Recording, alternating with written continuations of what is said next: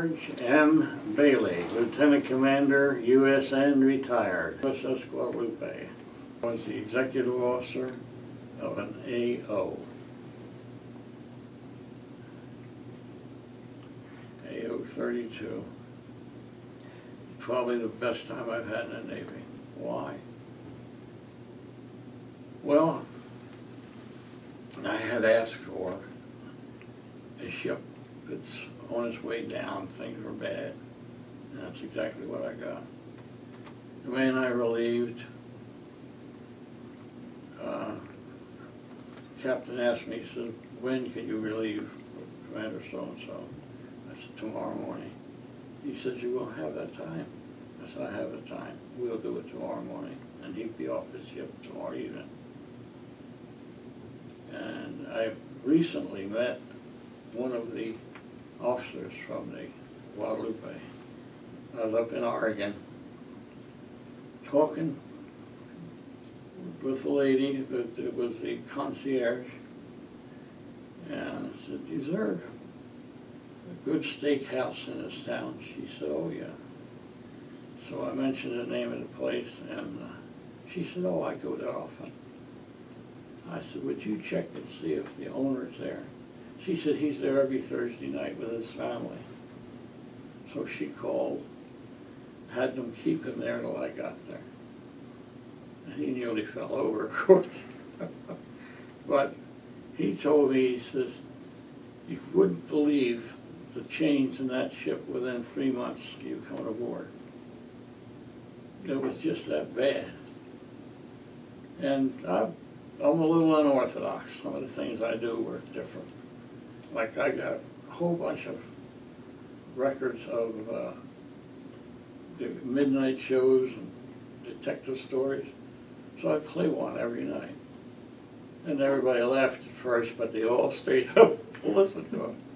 And, you know, just little things. Like they nicknamed it the CAO 32, not AO 32, because I was trying to make it into a cruiser. But, you know, I did little things, just touched it up, and the best crew I could ever ask for. And the officers are the same way. First, I had one officer that was a little different. When I said we'd be saying grace before meals, he started telling me about the U.S. Congress and a few other things. I said, well, see me afterwards, you know. And he realized that that's a good idea. Most of the people want to be good. They join the Navy for a certain thing in their mind. They want to be treated like sailors. And once it's, well, it's easy to do. So that's how we did it. Incidentally, though, while we were in port, Linda, my friend, came down to visit us. She put flowers all over the mess deck, redid my room, and you know, other touch girl things they do. And the sailors got a big kick out of that. They thought that was wonderful. And then she's a blonde.